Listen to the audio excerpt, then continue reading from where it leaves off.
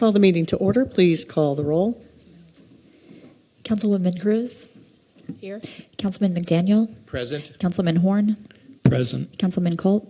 Here. Councilman Cooper. Here. Councilwoman Gregory. Present. Mayor Moore Wolf. Present. 7 present and absent. Please stand and join in the Pledge of Allegiance.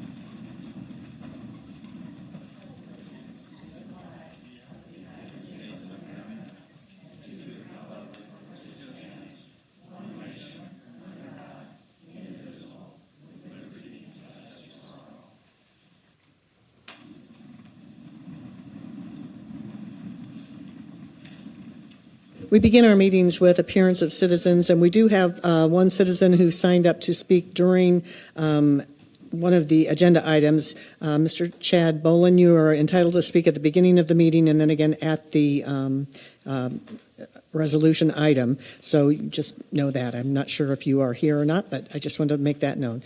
So our policy relative to appearance of citizens is as follows. A 30-minute time period is provided for citizens to appear and express their views before the City Council. Each citizen speaking will be limited to one appearance of up to 3 minutes. No immediate response will be given by City Council or City staff members. Citizens are to give their documents, if any, to the police officer for distribution to the council. The mayor determines that all persons wishing to speak in accordance with this policy have done so. Members of the City Council and key staff may make comments. If you would like to speak before the council, please come to the podium. All we need is your name. We don't need an address.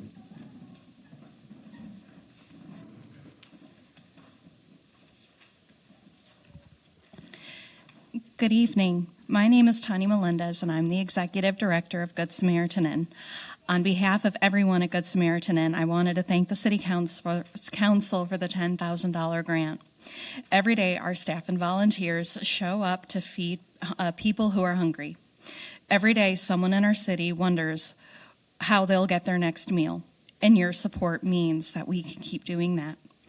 I know this council has a lot of demands on a limited budget. You chose to make room for us, and we don't take that for granted. So thank you. Thank you to the city, thank you to the council, and to everyone who voted on behalf of Good Samaritan Inn. Thank you. Thank you, Ms. Melendez.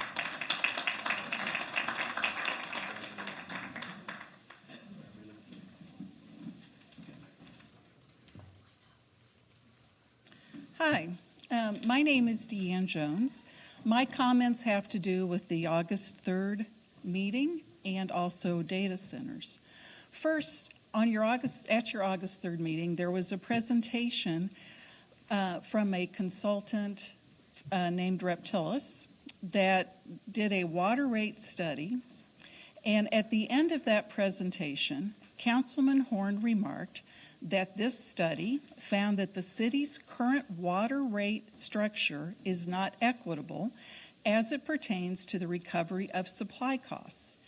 And that consultant recommended the city change its water rate structure to a more equitable model. Mr. Horn demonstrated how the city's current rate structure results in Decatur residents and small businesses subsidizing the city's water supply costs to ADM by $2.9 million. Mr. Horn stated that with new industry coming to Decatur, the water supply costs will go up, and he suggested that the water rate structure be changed in accordance with your consultant's recommendations so that the supply recovery costs are more equitable. I then heard 3 of you criticizing Mr. Horn's observations for not being business friendly.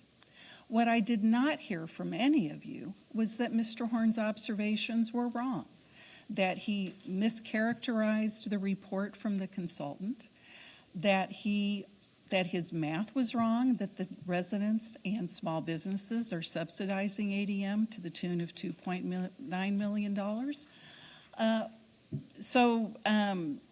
Given your extreme business-friendly attitude of some of you, I hope that you will take the time to read an article called A Peace Plan for the Data Center Wars by Joe Nocera.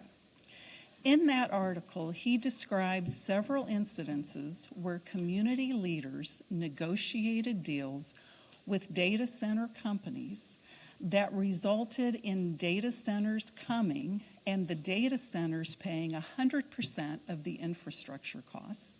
The data centers agreeing to restrictions on water and air pollution, and the data centers agreeing to compensate landowners when their property values went down, as that occurs when you have a data center as a neighbor. I hope that you will read this article and that you will take those the responsibilities you have to heart and negotiate a deal that protects the citizens as they deserve to be protected, while getting your jobs and the millions of dollars that you want. Thank you. Thank you, ma'am.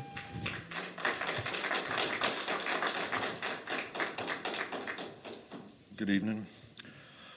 I'm Tim O'Connor from East Johns Hill neighborhood, a taxpayer, Ms. Gregory. So, regarding your invitation to go to Danville to see the result of industry leaving, we are not lacking in examples of industries that have left town. Your example of General Motors leaving Danville is exactly what I'm talking about, and is a lesson that you stubbornly refuse to see. Industry does not care about the communities it locates itself in. Here, Firestone built recall-inducing shoddy tires not once but twice and then left us. 100 years ago, the Wabash was the largest employer in town with about 3,000 employees. Bought by Norfolk and Western, they whittled Decatur shops down to nothing, sending that work elsewhere. Staley once had 1,400 employees here, after Tate & Lyle, then Primient, now that's around 500. ADM moved their global HQ to Chicago. Were any of council consulted on that? What makes you think that if Cargill and ADM decide to merge that they will do anything in Decatur's interest and not what's in ADM's shareholder interests? Your job is to look after our interests, not ADM's. I invite you, Ms. Gregory, Mr. McDaniel, Mayor, to go and visit some of the taxpayers that live in ADM shadow over on East Harrison, Wallace, and Garfield. There you might get a sense that a lot of folks expect the city to fail them, that whatever ADM wants they get, and that they are not heard. It's a lot closer than Danville. Regarding socialism, Ms. Gregory, I don't recall anyone suggesting workers seizing the means of production. It's a Red Scare, fear-mongering, and many different government ideologies look after their constituents. Social Security, the fire department, public education, and yet you voted in favor of rebuilding the boat launches at Nelson, which only directly affects, about 2,500 boat owners? So you're against the socialism of the community grant program, but it's okay for my non-boat owning neighborhood to help fund a boat launch. Got it. Mayor Moore Wolf, you said that without Staley forcing the issue that there would be no lake. I'll tell you that if industry threatens to leave Decatur to extract whatever it wants from us, it might not be the awesome precedent that you think it is. That's not a negotiation position. That's letting us be held hostage to industry. Mr. McDaniel, ADM deserves the public criticism. An employee was killed by a locomotive in 2023. An employee was killed in 2016 when struck with a chain. 2 were asphyxiated in 2008. These are our neighbors. They've got $2 million in OSHA fines, $364 million in EPA fines. That's a pattern. It seems that a lot of folks come here bent about people blowing red lights. How many red lights does ADM get to blow past? I worked for ADM for 6 days as a temp employee. It was the only time I asked the temp agency to get me out of a place because of safety concerns I had. I'd come from CPS, Clinton Power Station, that had an actual real safety history and culture. Thank you. Thank you, Mr.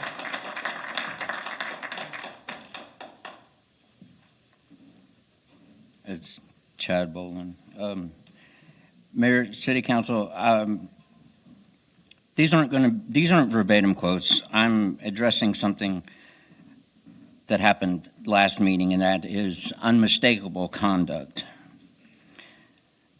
Last meeting, Councilman Horn raised the water supply, ADM, and data centers issue. The response was not substantive. It was resume as rebuttal. Decades of operational experience were used to suggest that he simply didn't understand. Experience doesn't equal infallibility. A resume is not evidence. Years of experience in a room does not cancel a legitimate question. From the center and the seats beside came snide comments and pile-on that spoke down to another elected member instead of directly answering him. That is contempt, dressed as experience. Council members should challenge one another, but answer facts with facts. Do not use seniority as a shield, sarcasm as a subtle or three voices to belittle one another. Then there's the gatekeeping. One mayor or city manager can place an item alone. An elected council member needs 4 to 6. A majority must approve discussion before the public hears it.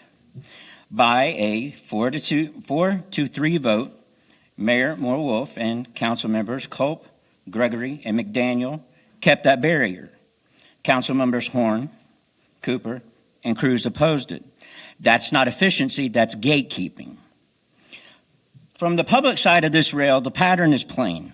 As independent voices were elected, Horn, then Cooper, then Cruz, the process became more protected and harder to challenge, called it procedure. Citizens recognize moving goalposts when they see them, though. Now look at neighborhood revitalization. The website still points to a 2023-2025 strategic plan where the city has rolled out a 26 through 29 revitalization plan. Before another plan, where is the public closeout of that plan? What was complete, failed, and never implemented? Where are the measurable results? Your own 2025 survey examined 14,628 parcels across 19 neighborhoods. The problem is not invisible. Residents see vacant, burned, and deteriorating properties. They need execution. I'm sorry, Mr. Bullen, you're out of time, but you are welcome back at the Gotcha. agenda item.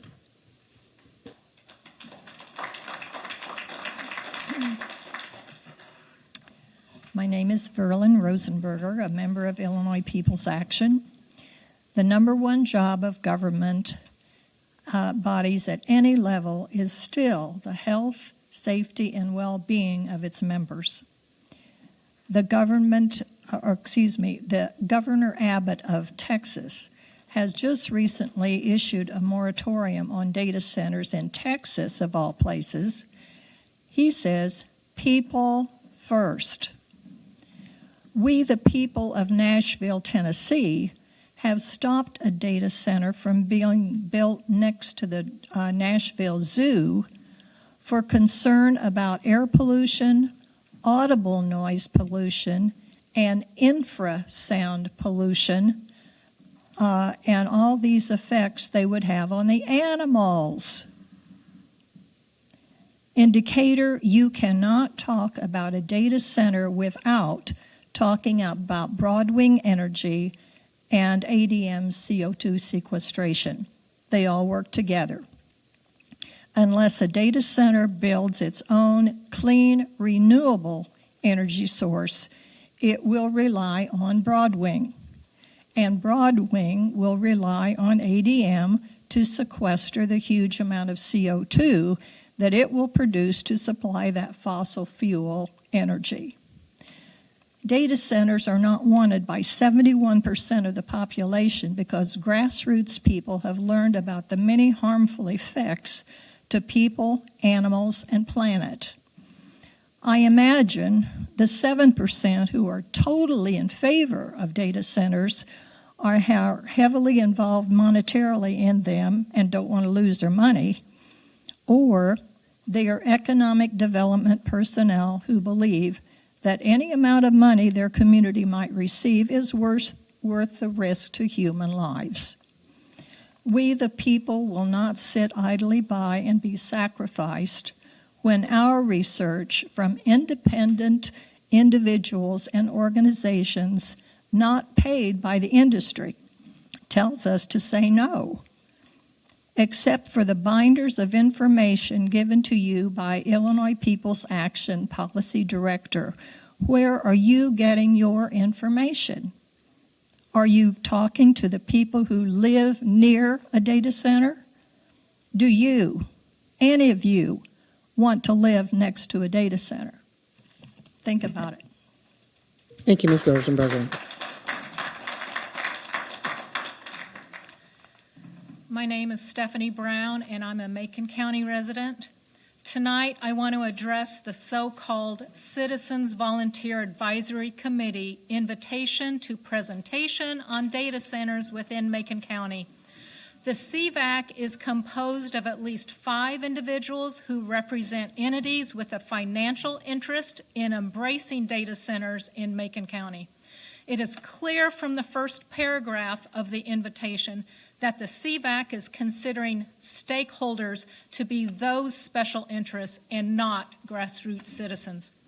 There evidently is an expectation of having a larger public attendance at this meeting, but if the CVAC, the City Council, and the County Board were truly interested in having as many people as possible attend this meeting, it would not have been scheduled at 5 o'clock on a weeknight. People have trouble enough coming to this meeting at 5:30.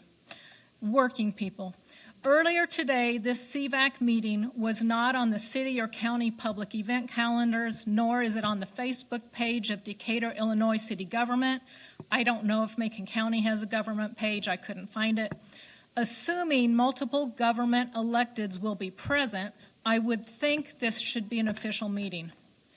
The CVAC press release stated, "It is our plan to distribute a written report before the meeting to better enable meaningful discussion. How and when will this report be distributed? Passing out a multi-page report as people walk in the room would be insufficient for analysis. And how will meaningful discussion be facilitated? This meeting is billed as a presentation. Discussion implies back and forth communication and not simply giving citizens 3 minutes without expectation of response."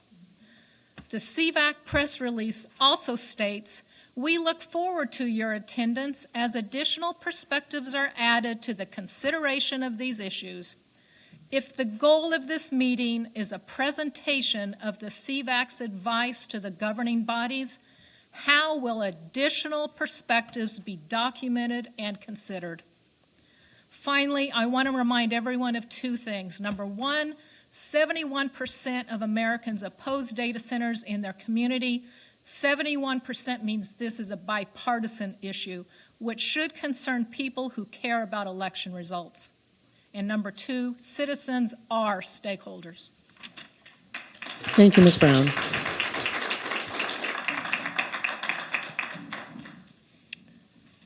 Good evening, Mayor, Council. My name is Jaquay Owens, and I'm going to speak briefly about whether should the mayor have the authority to appoint new council members. I believe the residents of Decatur should have the right to choose who represent them in our city council. The mayor should not have the sole authority to appoint individuals to fill vacant council seats. Our council members make decisions that directly impact Decatur families, neighborhood, businesses, and the future of our city. There is also concern about conflicts of interest. When one elected official has the power to select another person who will serve alongside them and make important decisions, it can create questions about accountability, independence, and whether the interests of residents are truly being placed first. When a council seat becomes vacant, the residents of Decatur should have the opportunity to elect their next representative. The people should have a direct voice in deciding who represents them. This is not about one mayor or one political party. It is about democracy, transparency, accountability, and giving Decatur residents a direct voice in their government. Decatur deserves a city council chosen by Decatur residents, not appointed by one person. Thank you all. Thank you.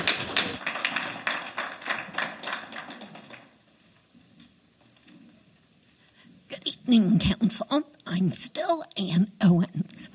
So tonight, first of all, I'd like to start off by thanking the staff, the police department, the fire department, the school district, the park district, and all of our people that came to National Night Out.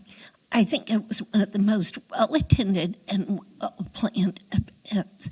We had a lot of happy citizens that attended and really enjoyed themselves. So there's a lot of good things in this community. Sometimes we all need a reminder about that. So the past week, I have spent a considerable amount of time answering either calls, talking to people, or messaging. And somehow the message has gotten lost that speaking at this organization or the school district or the county board or the park board is not a luxury, it's a right. So every citizen has that right. I sit here every Monday that you have a meeting, unless it's on a Kono meeting night, and watch that happen and participate. But tonight I'm really concerned. There's been a lot of misinformation given. A lot of people don't understand some of the issues that are coming up. So today I did something that I rarely take time to do. I made some corrections on a couple of posts on social media. Somehow people think we can just have the citizens be involved in voting on every contract, every decision, and that's just not feasible. I'm also going to point out that if you decide to have a special election, first of all, that's not feasible for what's coming up tonight. That costs a lot of money. As far as I know, the city does not have thousands of dollars just laying around, especially if we want to support institutions like Good Samaritan and those people with extra money that we have. So I really hope tonight that all of the council members take the time to understand. I would like to think we're all adults. I know you all are. You could sit in a room, much like they did when Julie was appointed or when Dennis Cooper was appointed, and make a decision fairly on who would replace should something happen to anyone. I certainly hope that doesn't happen. Thank you, Ms. Owens.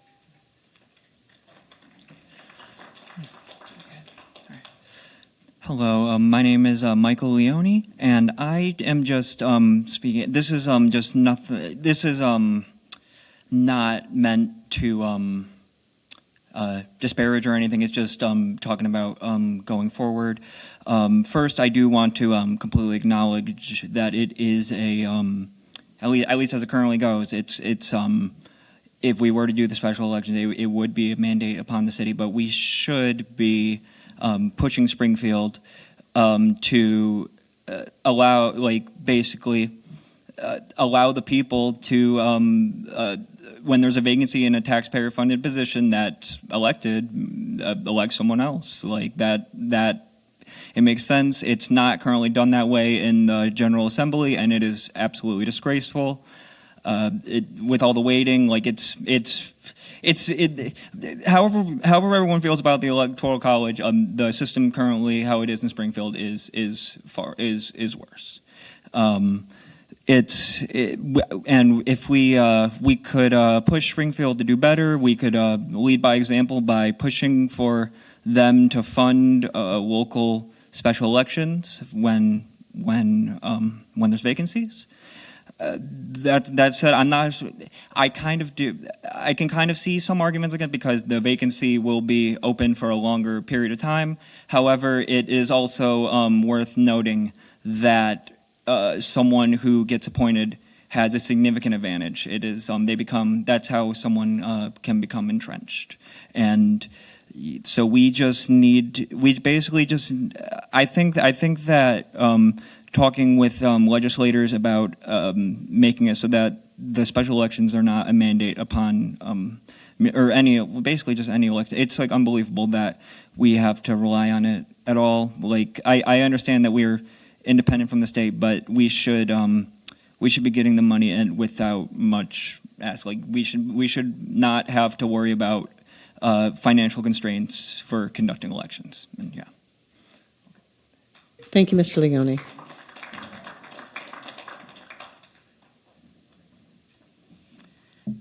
Good evening. My name is Diane Spaniel. I'm here tonight to remind you that the resolution to be considered tonight to adopt resolutions to promulgate can't pronounce that word, rules and regulations that pertain to the government and affairs that protect the public health, safety, and welfare of its residents and the corporation, and operates under the direction of and through the City Council as directed by its ordinances and resolutions. It requires affirmative action by the City Council. And whereas it takes the votes of 4 members of the City Council to adopt a resolution or to even get it on the agenda like this one tonight, we know that there are people who are apparently in favor of this idea that the mayor should be able to appoint when the council cannot make a decision for a new member.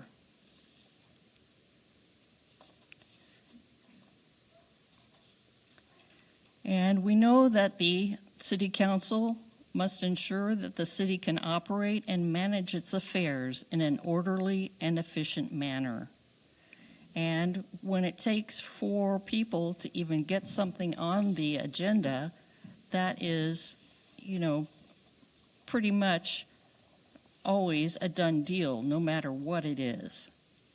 So now to consider that the mayor should be the person to appoint someone to serve in the council when the council cannot make a decision together, maybe we should be looking to other groups such as KONO to bring suggestions or consideration of candidates, or to have the full council to have a vote on that.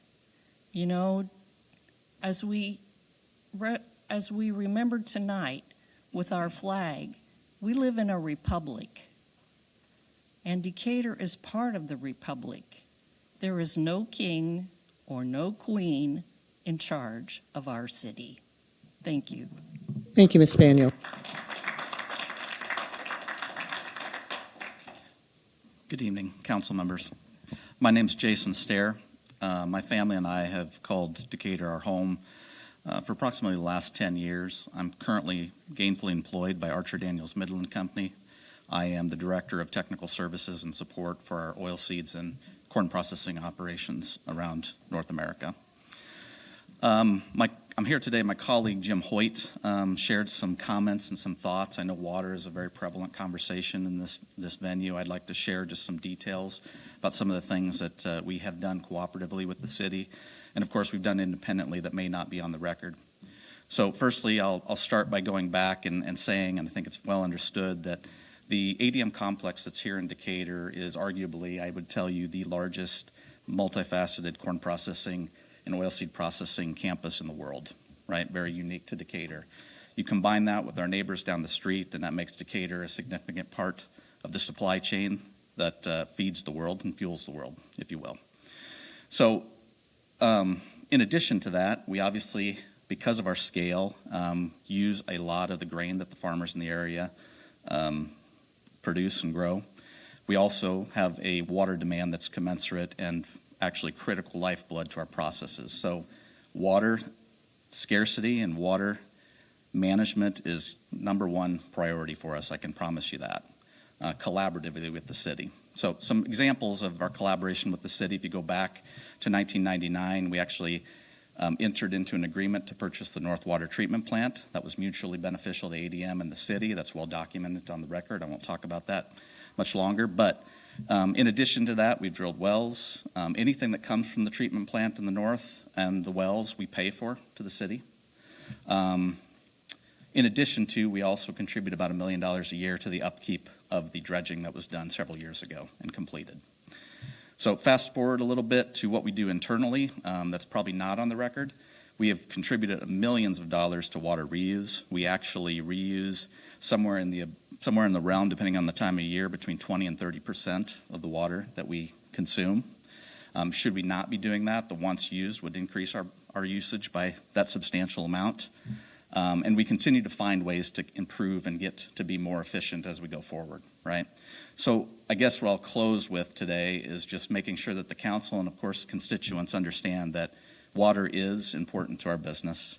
Water is important to the community, and we recognize that. We've contributed millions of dollars to try to help ensure that safety level, and we'll continue to work with the council very closely in order to make sure that we can continue to improve upon our usages and our intensities as well. Thank you. Thank you, Mr. Stair.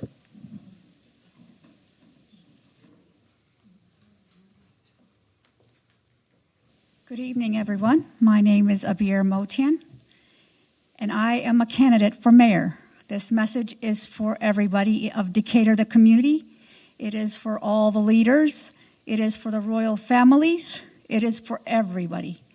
Okay? I am representing we the people. I am the people.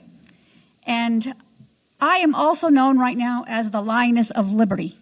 But not only liberty, it's for happiness and also life. But I am also a goddess of the morning, Mourning. I want to make that clear, not like angel in the morning, the song. If you hear the word angel in the morning, just remember Mourning. I want to represent the saints, and I want to represent the sinners. And to prove for the sinners, I dare. Okay, I was born in the United States of America. I lived most of my life in America, and I understand throughout the world what everyone's going through. I want to be your representative. I want to be your advocate. I want to help people live longer. I want to heal the sick or the wounded. I want people's lives extended, the healthiest and the happiest as much as possible, to where people don't want to die or be depressed from what they see and what's going on, or being misled. I want to end oppression in Decatur, Illinois. I want to represent everybody, on as many people as I can inside our community and outside, throughout the whole world. I am brave, okay? I understand the tricks of this world. And so I want to let you know I also have a plan of opening Global Bridge for the Future for Life Foundation shelter in Decatur and Macon County, Illinois, for the entire world, for the needy of the entire world. I want to bring fuel costs down. I want to bring food costs down, but in healthy ways. Keyword, healthy and natural. Okay? And so I want you to give me a chance and not oppress me from running fairly with equality to being a candidate for mayor. Okay? And I'm asking you to support me. And for all the people I've loved and love, I love you all. For all the people who work with me, I love you all. And for all the people who miss me, I miss you all too. And I want to let you know. And thank you for having me here. And I will see you next time. Take care and have a great evening. Goodbye. Thank you, Ms. Motown. You're welcome. Thank you. Does anyone else wish to appear before council tonight?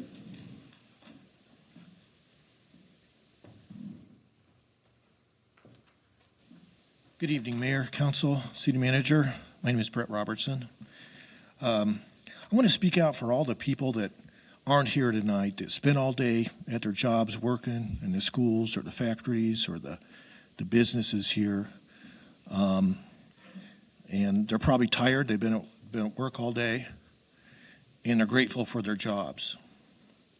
Within Illinois, unfortunately, we're the 48th in population growth out of the 50 states, 46th in job growth, 46th in wage growth, and near the bottom in almost every economic measure you could find. The only thing we're leading in, we're number one, and that's in the total tax and fee burden on the citizens.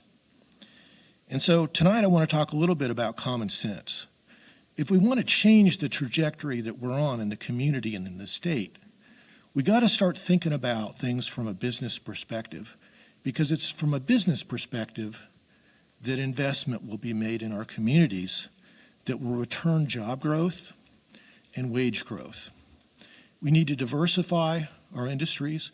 We need to encourage investments and new jobs. And we need to take the perspective of all those people that aren't here tonight who are grateful for their jobs. And we need to think about not putting their jobs in jeopardy. And that means working with both the large industries and the small companies within the community. What are the things we can do to make sure that big employers like ADM or Premium, that they invest here and not elsewhere? We can't be constantly looking at how can we extract another, $1 million+ out of ADM, because you think they're going to notice that $1 million? I can guarantee you they do.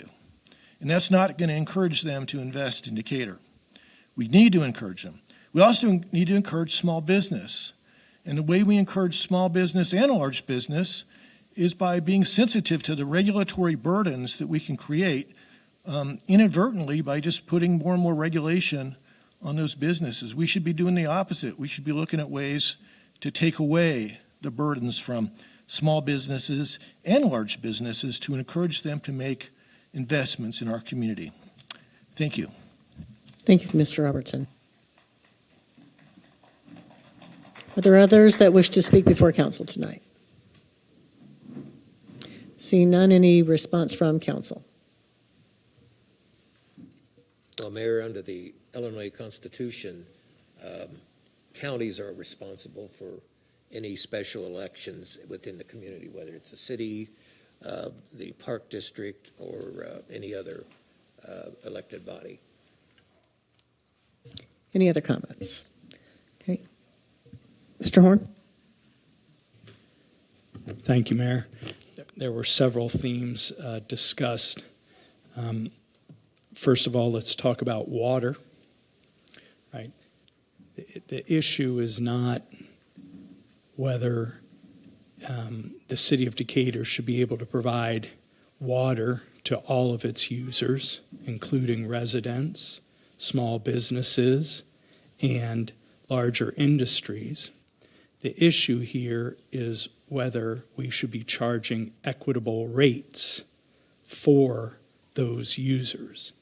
And should a city whose residents have a lower median household income than the state and the national averages, residents who collectively have a poverty rate of 20%, residents for which about 50% struggle to make ends meet, should be subsidizing one of the largest agricultural companies on planet Earth?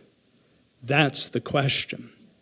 And when we talk about the connection between industry and jobs, it's critically important to note that since 2010, the labor force in the city of Decatur has declined 20%.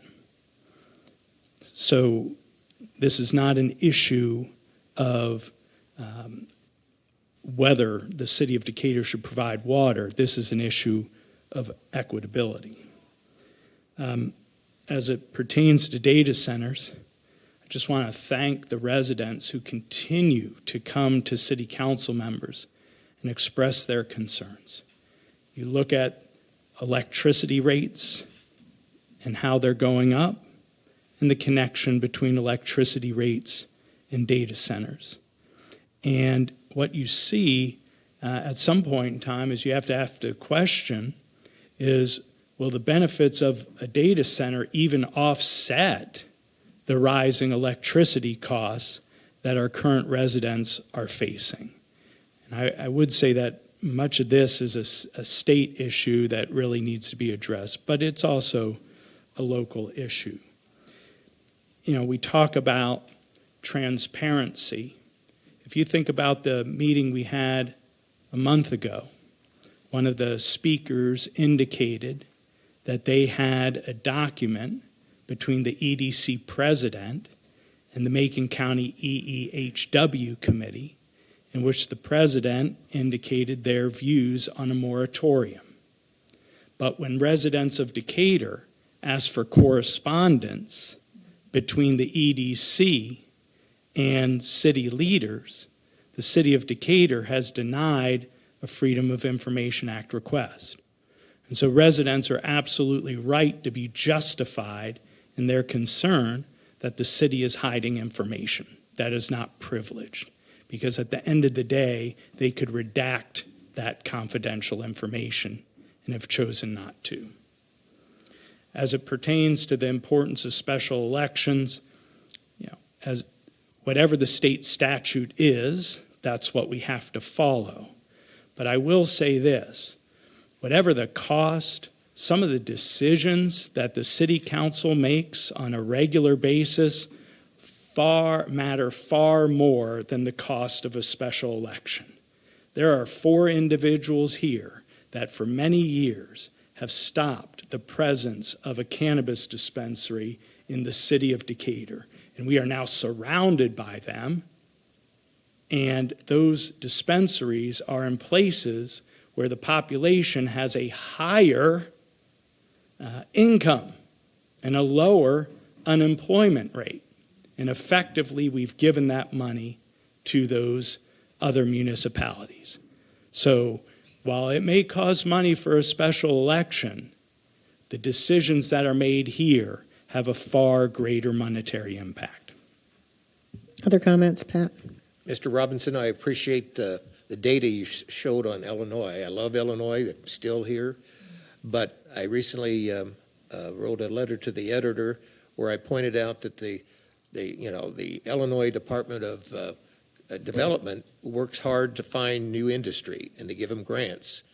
But then on the other hand, the General Assembly raises taxes on the same businesses to balance the budget.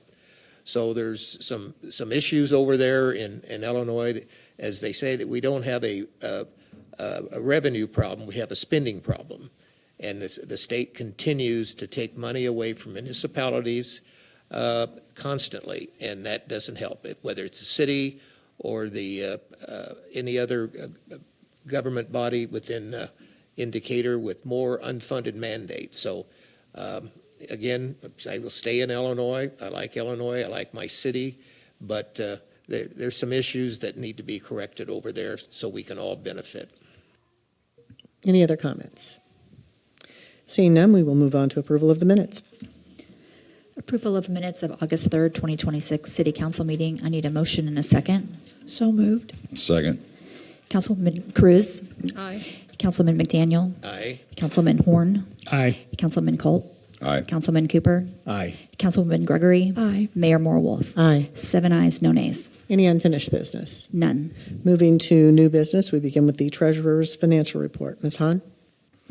Thank you, Mayor and Council. The overall financial position remains strong for the city. The general fund at the end of July did remain in a surplus position of $2.8 million. This was down from the general fund surplus position of $4 million at the end of June. The decline in July was known and expected as we're getting further into the year and getting contracts approved and are spending that down. General fund cash reserve position at the end of July ended with $23.3 million versus our 75-day cash target of $20.4 million. The financial matters, once again, moving favorably for the general fund operations. We are, our major revenues are strong, such as our sales tax, state and local income tax, utility tax. Areas of concern that we are keeping an eye on are food and beverage, video gaming, hotel, motel, cable TV, and local grocery, which are all at this point kind of performing below expectations. So we're keeping an eye on that, but overall, doing well. Any questions from council on the financials? Okay, seeing none, we will move on to item 2, resolution establishing process for appointment of mayor and council members in event of a vacancy in office. Motion the resolution to pass and be adopted. So moved. Second. Ms. Hahn? No opening comments for me. I'll turn it over to you, Mayor. Sure, and just to clarify, we have, under state statute, if there is a vacancy, whether it's the mayor or city council person, the council, we don't hold special elections. Council has 60 days to appoint someone to fill those a vacancy. In the event that we could not come to terms, and we've been very successful in recent years in finding people who are interested in serving, and our process has been primarily to interview people who have people apply to become a council person. Then we narrow that list down and take applicants and we interview them. And that's how Councilman Cooper came to be a part of the council. But we've always managed to come to agreement. That is still the process we would use if we were to lose a member of this body. However, we don't have a solution if we couldn't come to a consensus on that. So this is to discuss any other ideas that people have. I know that there are some out there, but that is the process. It would only trigger if after 60 days we couldn't come to terms and say a majority of us think this person should be the next council person. So, but special elections, it's not allowed by statute. So we'll open it to discussion. Ed? You had your finger up, so I thought, okay. Mr. Cooper. Thank you, Mayor. I don't want to prolong this, but the resolution that's been put before us to discuss, I don't think that is a great option to how we would end up selecting a person if the council did not come to an agreement of a majority. What I think option that I would like to propose and us to consider that I think would be a great option, and a fair option. I think it would be a very neutral. I think it would be very unbiased. And I think it would be a very fair system for us to consider selecting if we got to that point. Obviously, I would hope that we would be able to, just as in my case when I was appointed to the council, that the majority of the council could agree to a candidate, and that's how it would be selected. But in the event that was not, if that was not possible, I'm not for sure when I was selected how many candidates you make the final interview process, but just for sake of time, say you narrowed it down to 3 candidates. There may be more than that, but just say you use 3 for tonight as finalist candidates, that they would be interviewed, and then if at the end of the day no affirmative decision could be made by the board and majority, then what I would suggest be done is like we kind of do when we are placing names on the ballot. Those that want to be in order on the ballot, they would show up at a certain time period, and names would go into the hat, and then you would draw out who goes on the ballot first. So I think a similar system should be used to select a candidate if we got to that point, that if it's 2 names or 3 names, those names go in the ballot if they're the finalist candidates. And you have the clerk, city clerk, draw out the name, and whoever is drawn out of that ballot, out of that box or hat, that's who will be filling the seat until the next election. I think that's a system that would be very fair. It would take away any misconceptions of somebody having a head over somebody else, or the mayor or whomever selecting somebody that they wanted, but everybody else didn't want. It would take away a lot of confusion, in my opinion. So I would like for the council to consider that as a possible option that I think would be a very fair option. That's one. Other solutions or ideas? Mr. Horn? I've got a couple questions first. And this one's probably to City Manager Hahn or Corporation Counsel. But we've been talking about special elections. Is there even the opportunity for a special election if someone resigns their seat early? I don't, under state statute, elections and the time period are set forth in state statute. So it's considered a matter of statewide concern and there are some subjects that are considered matters of statewide concern that even as a home rule municipality, local governments cannot vote to change, and that, in my opinion, would be one, because it sets forth the elections and the time periods on when those elections would take place. So if you say special election by, as per state statute, the state statute says there cannot be any elections outside of what I'm assuming that it's the Illinois State Board of Elections decides. Yeah, no, state statute doesn't say you can't have them. State statute prescribes how you will have them. And so that is, elections are considered matters of statewide concern. And so we are limited in our abilities to have elections outside of what is prescribed in that manner. I don't want to prolong this too long, but could you have a municipal election within a national primary date? Could we? No, because state statute sets forth when municipal elections are. My next question is, to put something on the agenda, either the city manager, the mayor, or 4 of 6 remaining council members put it on the agenda. How did this item get on the agenda? I requested it. So the mayor has basically requested that the mayor be allowed to appoint someone in the event that the council as a whole cannot agree on who a city council member should be. And I want to be clear on this point because, as has been mentioned in multiple occasions, in fact, as far as I know, in all of Decatur history, whenever we've been able to had to appoint somebody, the council has had to appoint somebody, we've been able to appoint somebody. I mean, Dennis Cooper is a great colleague. We went through a process and we appointed him. Another person left early. We appointed Dr. Dana Ray, who is widely considered to be one of the best council members that we've ever had. And so this is a solution to a problem that we don't have.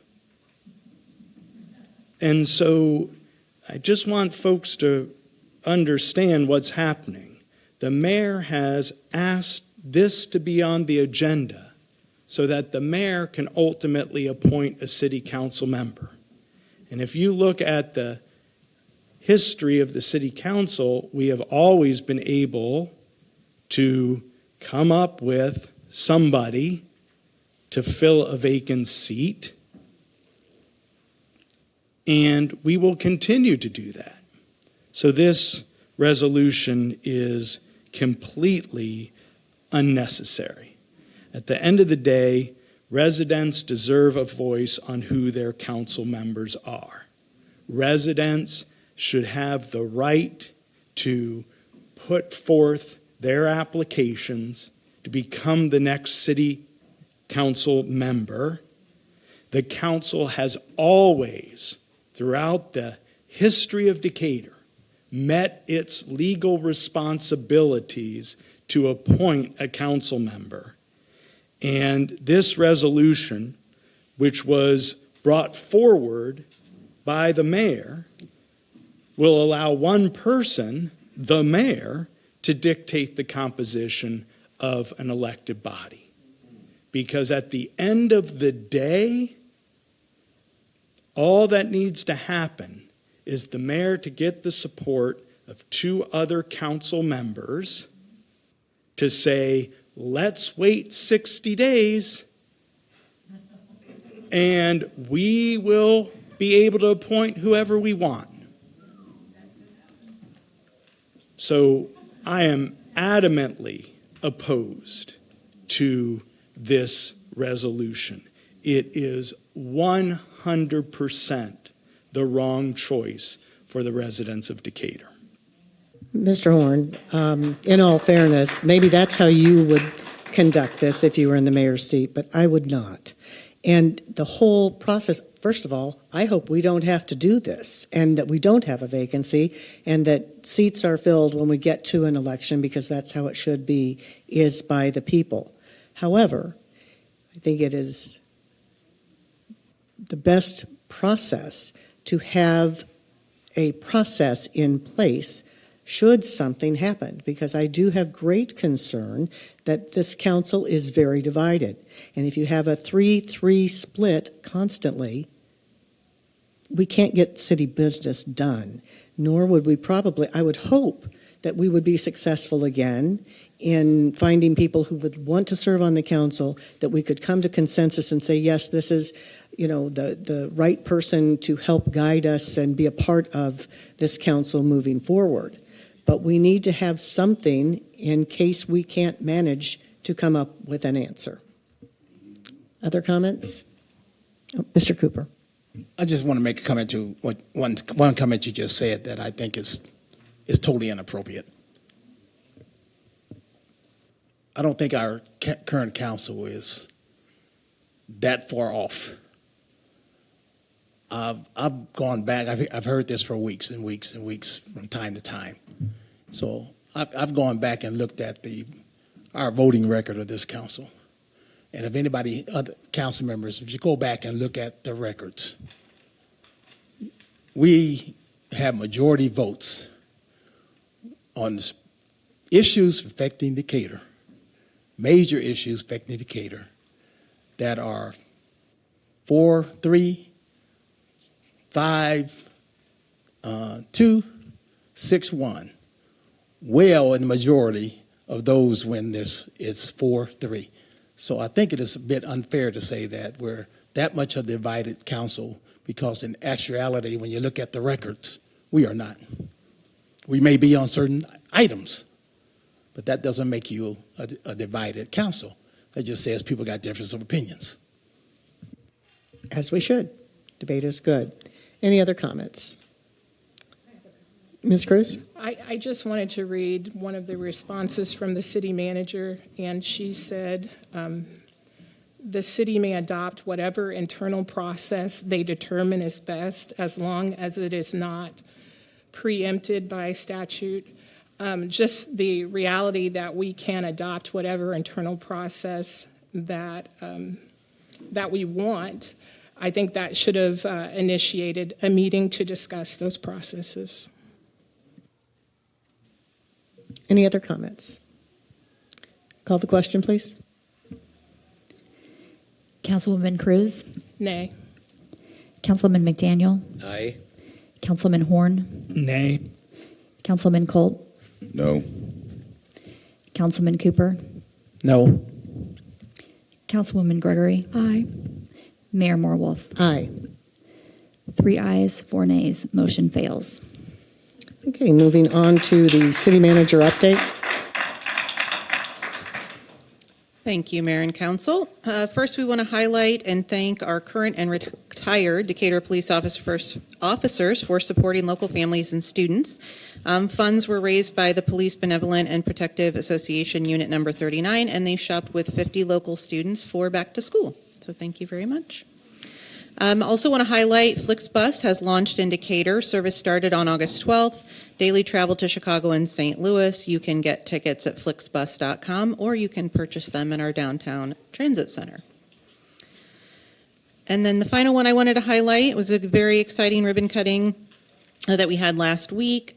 2 of the renovated apartments that are above the Giggles building downtown, 2 2-bedroom unit apartments were renovated, and they've already been rented out. This was through a development agreement that was done through the Downtown Central TIF, and we're very excited that the same group is still working on yet another apartment remodel in the Flora Gems building, and that will be, they're planning for 10 apartments in that building as well. So getting some more housing units and more downtown living. It's very exciting. And I apologize, Mr. Boland, I did not call you back to the podium. Would you like to come and make your comments? It's okay. Okay, I apologize. We'll just note that I'm against what failed, so. Noted. Thank you, sir. Okay, and that brings us to the consent calendar. Does anyone wish to pull any item off of the consent calendar for individual consideration? Seeing none? Item A, resolution authorizing the purchase of Rapid Intervention Team, RIT, packs using Illinois Office of the State Fire Marshal Small Equipment Grant Funds. Item B, resolution approving reappointments, Human Relations Commission. Item C, resolution approving reappointment, Civil Service Commission. Item D, ordinance authorizing consumption of alcoholic liquor on public rights-of-way, 100 block of North Merchant Street, Northeast Community Fund, Farm to Fund. Item E, ordinance authorizing consumption of alcoholic liquor in Central Park, United Way of Decatur, and Mid-Illinois, Music in the Park. Item F, resolution accepting service pricing proposal from Quicksilver Mailing Services to provide mailing services to the city of Decatur. I need a motion to approve the items as presented. So moved. Second. Councilwoman Cruz. Aye. Councilman McDaniel. Aye. Councilman Horn. Aye. Councilman Colt. Aye. Councilman Cooper. Aye. Councilwoman Gregory. Aye. Mayor Moore Wolf. Aye. 7 ayes, no nays. Does anyone on council have other business to bring before the body tonight? Ms. Cruz?